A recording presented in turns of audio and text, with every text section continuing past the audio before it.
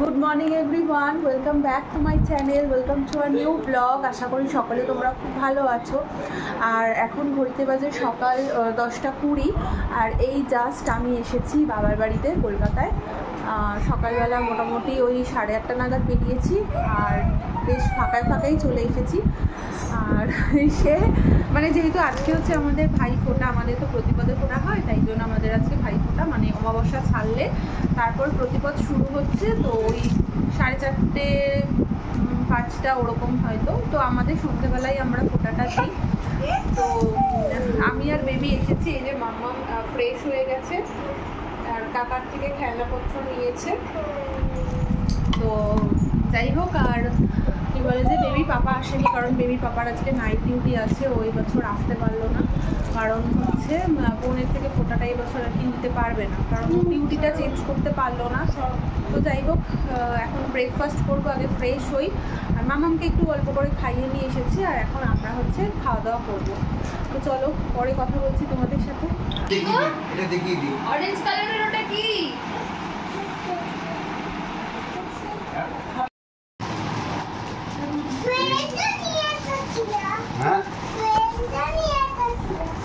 Friend নিয়ে এসেছিল ওই যে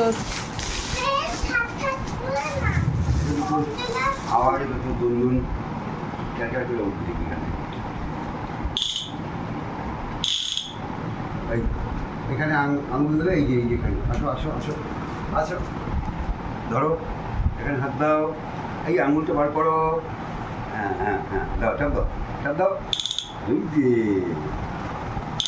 এই যে ভালো, থ্যাংক ইউ বলেছো। আর এটা আবার কি? ও ফোন, ফোন এসেছে, তাহলে ভালো হয়েছে। আর এটা দিয়ে ফোন করব। কি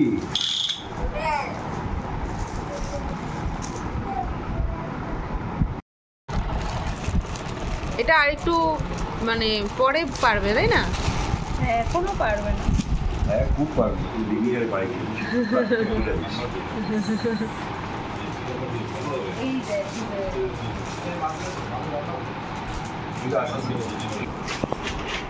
আমি আসার পর থেকে জামা কাপড় কিছুই দেখা হয়নি, বোনের দায়িত্ব ছিল কেনার। তো এখন আমি নিজে, মানে আমি এখনো দেখিনি, তো সবার জন্যই কেনা হয়েছে। এটা সবার খুব সুন্দর হয়েছে, এটা সব ভাইদের জন্য আর কি। আমার অনেকজনকে আমরা অ্যাকচুয়ালি ফোটা দিই, আমি সবার জন্য কেনা হয়েছে। আমার ভাইয়ের জন্য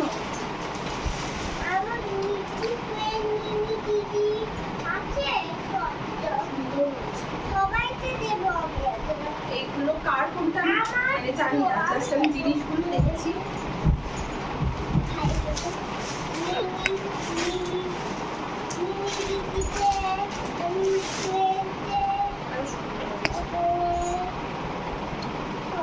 ভাইয়ের, এটা ভাইয়ের। আর ওখানে পকাই আছে, ছোটু আছে, তুলা ভাই, মানে সবার আলাদা আলাদা আছে। শুধু দিদির ছেলেটা মা গেছিল দিদির বাড়িতে, দুপুরবেলা পুজো হয়েছে, তো মা দিয়ে এসেছে গিয়ে, কারণ ও আসবে না। আর আমার মামাম তো এখনো ভাইফোঁটা দিতে পারে না, এমনি আর কি দেওয়া হয়। ও 5 বছরের আগে ভাইফোঁটা দেয়। হ্যাঁ,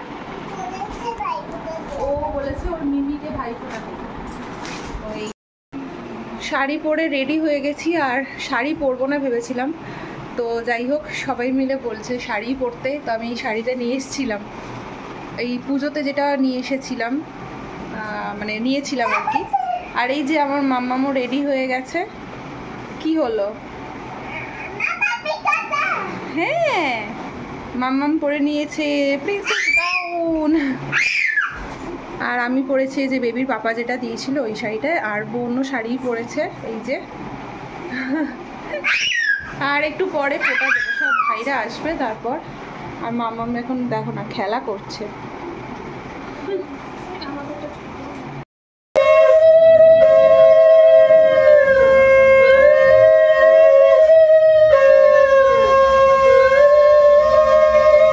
আমাদের ফোঁটাটা হচ্ছে প্রতিপদে দেওয়ার নিয়ম, আর সন্ধেবেলায় দেওয়ার নিয়ম। তাই জন্য প্রত্যেক বছর কিন্তু সন্ধেবেলায় আমাদের ফোঁটাটা হয়।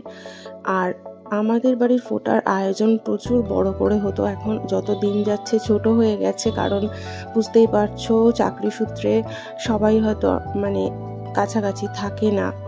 তো যারা রয়েছে, যে ভাইরা রয়েছে তাদেরকেই দিচ্ছি, কিন্তু একটা সময় কিন্তু 7-8 জনকে ফোঁটা দিতাম, আর সেটা এখন অনেকটাই আয়োজন ছোট হয়ে গেছে।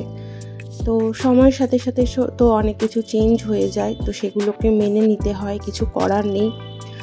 আর আমার যখন মানে ছোটোবেলায় পিসি বেঁচে ছিল তখন তো মানে আয়োজন অনেক বড় হতো, পিসিমণিরা আসতো, ওটা একটা 2-3 দিনের প্রোগ্রাম হতো, আর বাড়িতে একটা বিশাল আয়োজন হতো। আর বাবা, কাকা, জ্যাঠা সবাইকে ফোঁটা দিত পিসি প্রথমে, তারপর আমরা একে একে ফোঁটা দিতাম। মানে বড় ভাই থেকে ছোট ভাই অবধি লাইন দিয়ে সবাই বসে পড়তো, ফোঁটা দিতাম, তারপর মিষ্টি খাওয়াতাম, ওরাও আমার থেকে মিষ্টি খাওয়াতো। মানে ছোটোবেলায় যে কী মজা হতো ফোঁটা দিতে গিয়ে, এখন মানে সেই জিনিসগুলো অনেকটা মিস করি। তো সময়ের সাথে সাথে অনেক কিছু পরিবর্তন হয়ে গেছে, কিছু করার নেই।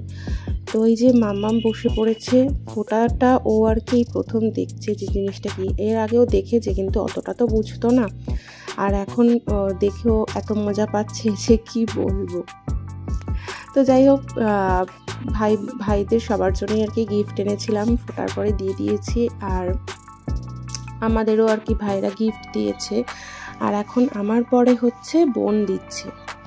আগে যখন পিসিমণির সাথে দিদি আসতো, দিদি আর ভাই তো এখন হায়দ্রাবাদে থাকে, তো আগে কিন্তু দিদি ফোঁটা দিত, তারপর আমি, তারপর আমার বোন, এইভাবেই কিন্তু সমস্ত রিচুয়ালস হতো। তো এই যে এখন হচ্ছে ফোঁটা দেওয়া কমপ্লিট হয়ে গেছে, আর একটু বাজি ফাটাচ্ছে। এই যে এটা হচ্ছে আমার জেঠুর মেয়ে, ও এসেছে ফোঁটা দিতে। তবে ওর বাড়িটা আমার বাড়ি থেকে একটু কাছে, আমার আসতে যেরকম 2.5 ঘন্টা টাইম লেগে যায়, ওর আধা ঘন্টার মধ্যেই ও চলে আসে, এটাই হচ্ছে ব্যাপার। আর এখানে এখন সবাই মিলে একটু বাজি ফাটাবো। এই যে আমার পিসি এসেছে, আর তারপর জেঠু, সবাই আছে এখানে। আর মাম্মাম তো খুবই মজা করছে, যেহেতু সবাইকে একসাথে পেয়েছে। মামা বাড়িতে আসলে ওর খুবই ভালো লাগে, যেহেতু এত লোক আমাদের বাড়িতে, তার জন্য ওর কিন্তু ভীষণ মজা হয়। তো যাই হোক, এই যে এখন একটু বাজি ফাটাবো, তারপরে সবার বাড়িতে যাব বিজয়া করতে। প্রত্যেক বছর এটাই করি, এবছরও তাই করব।